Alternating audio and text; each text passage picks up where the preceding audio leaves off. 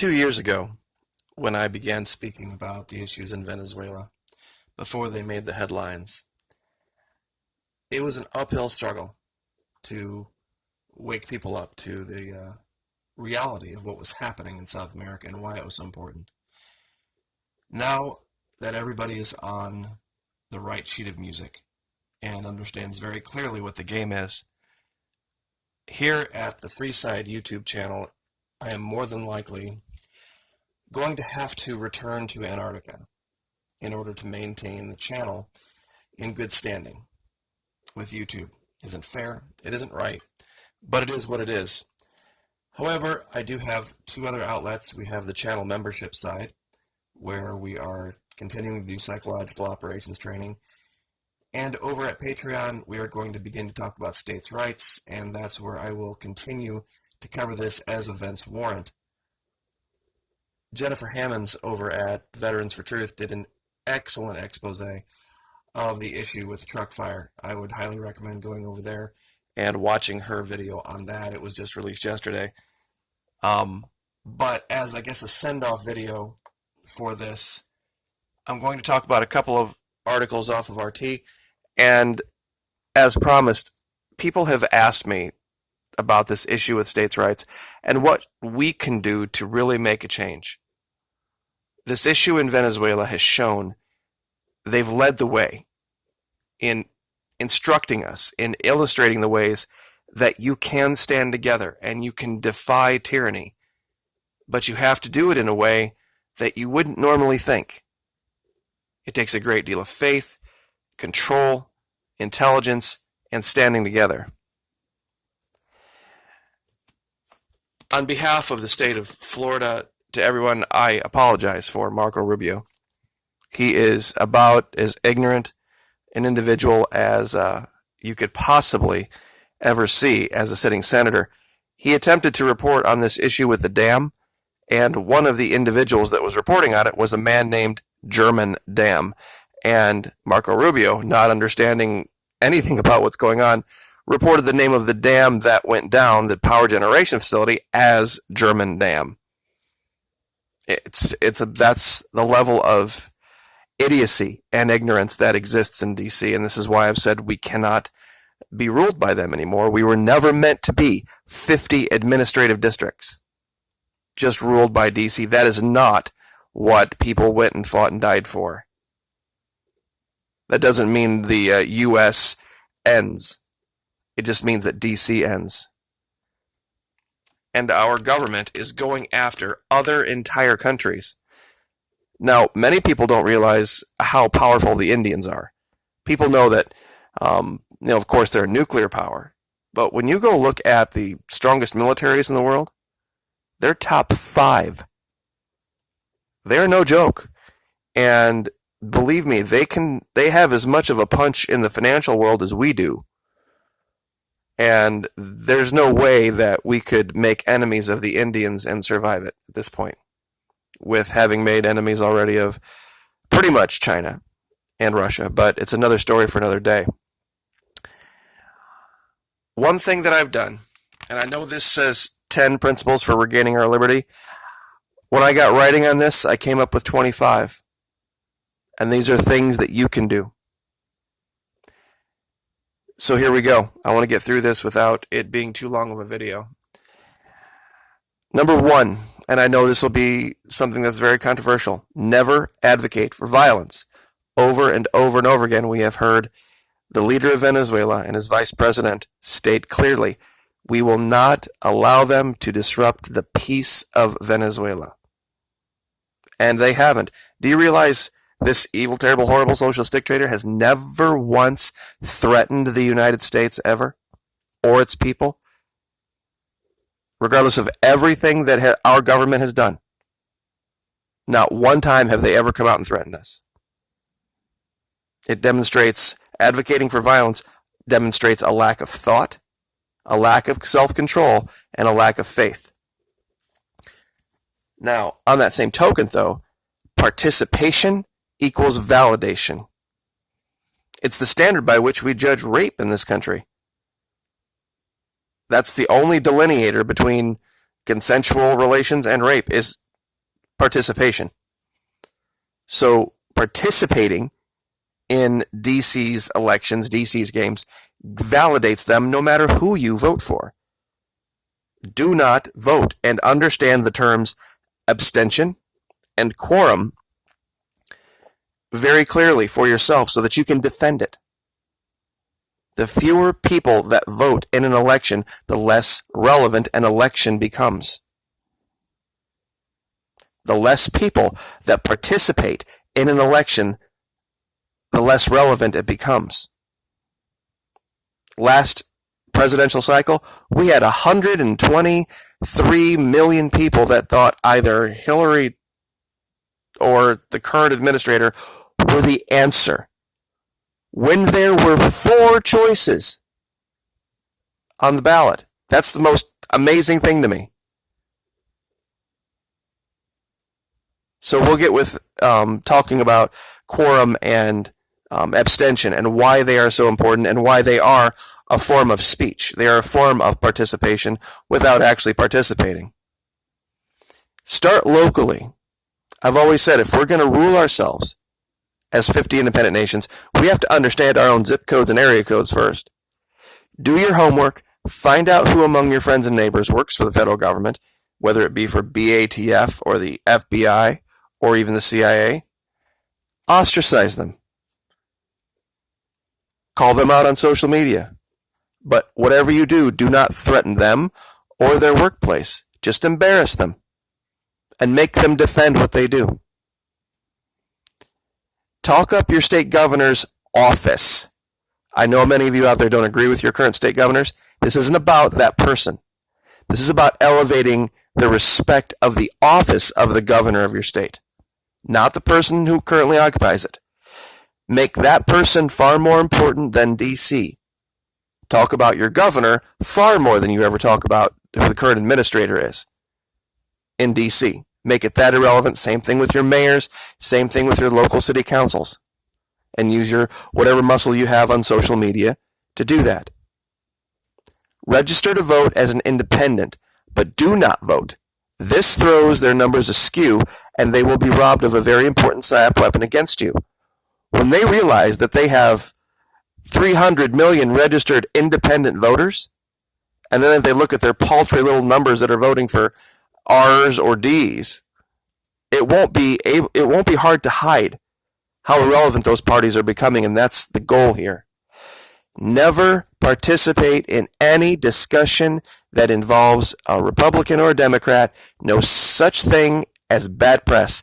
Make them irrelevant and block them from all of your social media. Don't even acknowledge them. If you have friends that want to talk about them or they want to defend one over the other or say the R's are so much better or the R's aren't great but the D's are all this, that, and the other, don't even acknowledge conversations like that. Don't participate in them and use whatever tools you have on social media to remove them from your sphere. Now this gets more into your personal life at number 7. Weaponize your cash flow. Inasmuch as you possibly in your life can, begin to source your basic survival staples from local farmers markets. This takes money out of the corporation's hands. 1 or 2 people, you might think, well, it doesn't make that big a difference, but when millions start doing it, it will. And even if it means you have to go without something, don't give the money to the people at Walmart. Don't give it to the people at Target. Don't give it. Seriously, I know there's some things that you're just going to have to, but like I said, in as much as you possibly can go without, do so if you can't get it locally. What it does is it takes away the government's ability to attack you and manipulate you like they tried to the people of Venezuela. All the lines at the grocery stores. Before they were able to stand up the communes, those communes and those colectivos saved Venezuela. People are eating stuff that's grown right down the road now. Organize in your community and volunteer to do things. This is going to be controversial for a lot of you. And volunteer to do things that your neighbors are paying for already.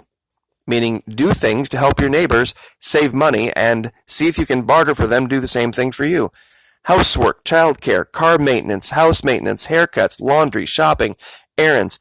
But don't make this a cash game. Only barter for other labor. And if there's nothing they have, do it anyway out of the goodness of your heart. And just have them try to share the ideas that we're talking about here.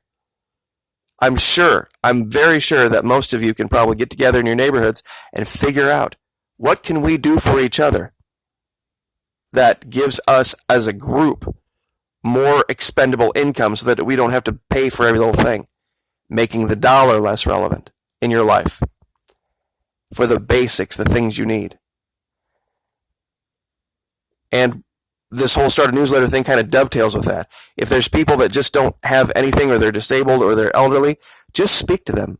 And I'm sure they can be a wealth of knowledge about what things were like many, many, many years ago and can help. Turn off your phones and computers whenever they're not in direct use, just so that you're not tempted to participate in things that, or get drawn into things that aren't helpful. Especially at night. I think most of us will be a lot happier. And this is so important. Number 11. Study the 24 basic logic fallacies and cognitive biases that every human being suffers from, to arm yourselves against any MSM government nonsense that might slip through. I know a lot of you are like, well, what are they? I'm going to give you links to this site that you can go to. It's called yourlogicfallacy.is and yourcognitivebias.is. It's the fundamentals of PsyOps, and every mainstream media outlet, the commentators are trained heavily in it. How to shame people into participating in DC's garbage using PsyOp techniques. Be the change you wish to see. Be gracious to those who laugh at you. Forgive those who insult you. Understand that we were all in darkness at one time. Look at what this terrible, horrible, evil dictator has done, and how he has led, and how he has withstood the storm and not gotten out of control, meaning Nicolas Maduro. How he has still attempted to try to reach the people of the United States and not blame us for what DC is doing. If anybody had a reason to be angry and to lash out, it would have been him and his government, but he hasn't done that. And that's how we need to be. If we're going to make a change, we cannot give them any ammunition to use against us that we're crazy or we're violent or anything like that. Do not follow individuals. And this channel is named the Florida Maquis for a reason. Me, by my given Christian name, is not an answer. These ideas are. Promote ideas and community first. If anyone comes along and says that they are the answer by name and voting them in from this party or voting them in from that party, they are the enemy. People are not the answers. Communities are the answers, but individuals that want to stick their finger in the wind and jump out front aren't. That's why I'm saying do this for yourself in your own communities. Alternative energy, as much as possible, only so much in the fact that when they decide to try to turn the screws on the people of America to try to coerce them and strong-arm them like they did the people of Venezuela, you're not going to be so slave to it. It'll always be a headache. There'll always be some suffering. The government can do so many things in this country to make your life hard. Just mitigate it as much as possible.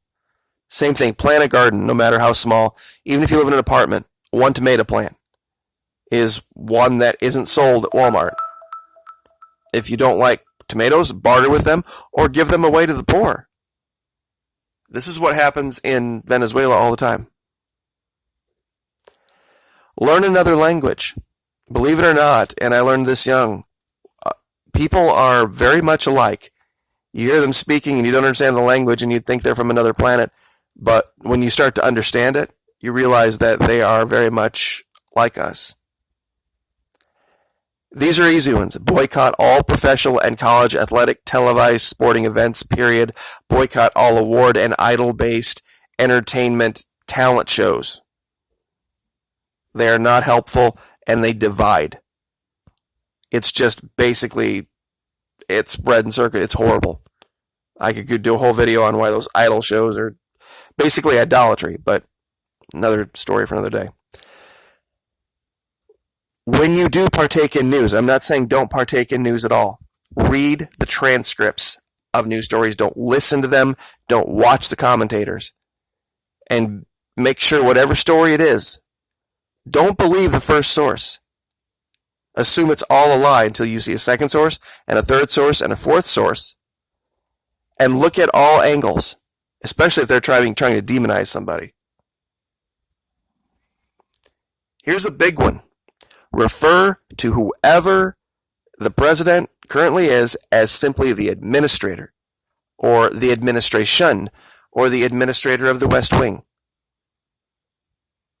This whole idea of this honorary worship title of the President of the United States. No. Administrator. Just using the language diminishes that office, and that's what we need to do. Prepare yourself physically. This is actually something a lot of people in North America could do easily. Skip 3 meals a week. That is 52 days of food. Average people eating 3 meals a day. If you skip 3 meals a week, that's 1 day's worth. 52 days of food resources saved each year. If 7 people do that, that could feed a person for an entire year. Just missing 3 meals out of 21 a week. Number 22, drink only water, meaning that get away from the Coke, get away from the soda. This is not only a great health thing, but these plastic bottles enrich these big corporations that control our government. 23, no pharmaceuticals. I think that's pretty easy to understand. If you can get away with it at all other than insulin, find a way to get off of sending any kind of money whatsoever to pharmaceutical companies. And down here at the bottom, understand the term quorum. Quorum is the minimum amount of people participating for the event to have relevance. When we can destroy the quorum that exists in the RNC and the DNC, the Republican National Committee, the Democratic National Committee, in these national elections, they'll go away. The money will go away. And we will start to be able to stand our states up as far more important entities than anything that goes on every 4 years. And the last thing, 25, the idea here is we need to work together with our neighbors, cohabitate and pool resources whenever possible, carpool, learn to work together. That's what happens. The military is the biggest socialist experiment in the world. You learn to live with people. You learn to live with people when it's hard to live with people. You learn to work together. You learn to work out your own problems. The biggest problem we have right now is everybody wants to run to a judge, run to a lawyer, run to the government, or run away instead of figuring it out and working together.